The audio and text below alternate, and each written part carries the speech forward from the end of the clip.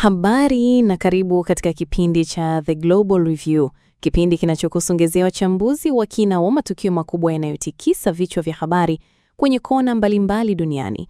Tukiangazia masuala ya siasa, kijamii, kidiplomasia, ulinzi na usalama pamoja na migogoro mbalimbali. Hii leo huko Mashariki ya Kati, Waziri Mkuu wa Israel Benjamin Netanyahu ametangaza ushindi dhidi ya Iran kufuatia operesheni za kijeshi zilizolenga miundombinu ya kijeshi ya Iran.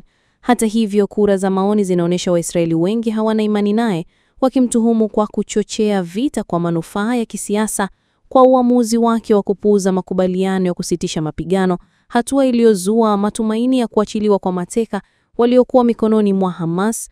Umetajwa na familia za mateka kama usaliti wa wazi, ambapo pia kutoweka kwa Ayatollah Ali Khamenei, kiongozi mkuu wa Iran, kwa zaidi ya wiki mbili kumezua tetesi mpya. Hii ni baada ya ujumbe wa video uliotolewa kutoka eneo lisilofahamika kutoonyesha uthibitisho wa hali yake, na umeibua maswali mengi kuhusu afya yake na nafasi yake katika maamuzi nyeti ya taifa. Wachambuzi wanasema huenda kuna mvutano wa madaraka ndani ya uongozi wa Jamhuri ya Kiislamu, hasa katika kipindi hiki cha mgogoro mkali na Israel. Serikali ya Iran imewasilisha malalamiko rasmi kwa Umoja wa Mataifa dhidi ya kile inachokiita vitisho vya wazi kutoka Marekani na Israel vinavyolenga maisha ya Khamenei. Kupitia balozi wake, Iran inasema kauli hizo ni ukiukwaji wa sheria za kimataifa na zinaweza kuchukuliwa kama uchochezi wa ugaidi wa kisiasa.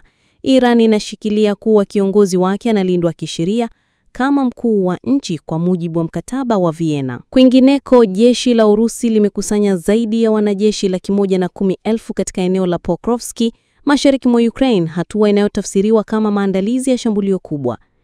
Licha ya nguvu za kijeshi, mji huo umeendelea kuwa kitovu cha mapambano makali bila kupatikana kwa ushindi wa wazi. Hali hiyo inaashiria mkwamo wa vita ambao umegharimu pande zote kwa kiasi kikubwa, kijeshi na kibinadamu. Na tukirudi nchini Marekani, ambapo taarifa za kuaminika kutoka ikulu ya White House zinasema Marekani imejiondoa kushiriki mkutano wa Umoja wa Mataifa kuhusu ufadhili wa maendeleo uliopangwa kufanyika nchini Hispania. Sababu zilizotolewa ni pamoja na matumizi ya maneno yanayohusiana na masuala ya kijinsia, shinikizo la marekebisho ya kodi na sera mpya za mikopo kwa nchi zinazoendelea. Umoja wa Mataifa kupitia naibu katibu mkuu Amina Mohamed umeelezea masikitiko makubwa, ukikumbusha kuwa dunia inahitaji dola trilioni 4 kila mwaka kufanikisha malengo ya maendeleo endelevu.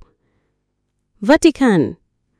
Papa Leo wa 14 ametoa wito wa mshikamano, mazungumzo ya kina na kuondoa chuki ndani ya kanisa Katoliki.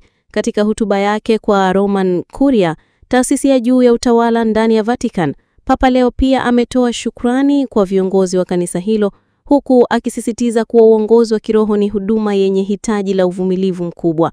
Kauli hiyo imekuja wakati bado kuna kumbukumbu za migawanyiko ya kiitikadi iliyojitokeza katika kipindi cha utawala wa Papa Francis. Huko Venice, Italia, harusi ya kifahari kati ya bilionea Jeff Bezos na Lauren Sanchez imegeuka tukio la kimataifa.